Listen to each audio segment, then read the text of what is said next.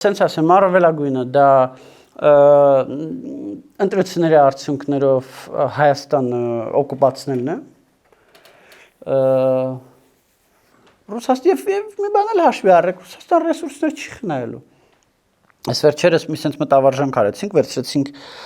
2025 թվականին Ռուսաստանի բանակի զոհերի քանակը Ուկրաինայում եւ ռազմական բյուջեն։ Եվ այդ երկու թվերը բաժանեցինք 25 թվականին Ռուսաստանի կողմից Ուկրաինայից զավթած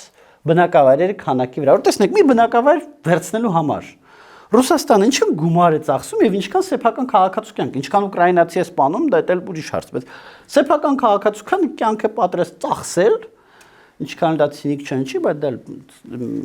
բան է։ Մի, ասենք, գյուղի ավիրակներ վերցնելու համար։ Ու բարձվեց, որ միջինում մի բնակավայր, իսկ այդ բնակավայրը որպես կանոն գյուղի ավիրակներ են,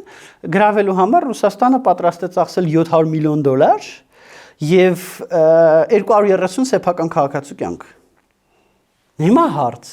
եթե մի գյուղի ավիրակներ ծախսելու համար պատրաստ է այդքան ծախսել, մի գյուղի ավիրակներ գրավելու համար, Հայաստանի Հանրապետությունը այտենց եկապետություն է, էլի, գրավելու համար ինչքան է պատրաստ ծախսել Ռուսաստանը ռեսուրսներ։ Ենթադրում եմ շատ։ Իհարկե։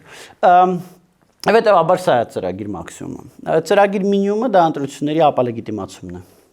Եվ այդ ուղղությամբ մենք եւս աշխատելու ենք, որպեսզի ընտրությունների անտեղի ապալեգիտիմացում չլինի, որպեսզի ընտրությունների, իհարկե,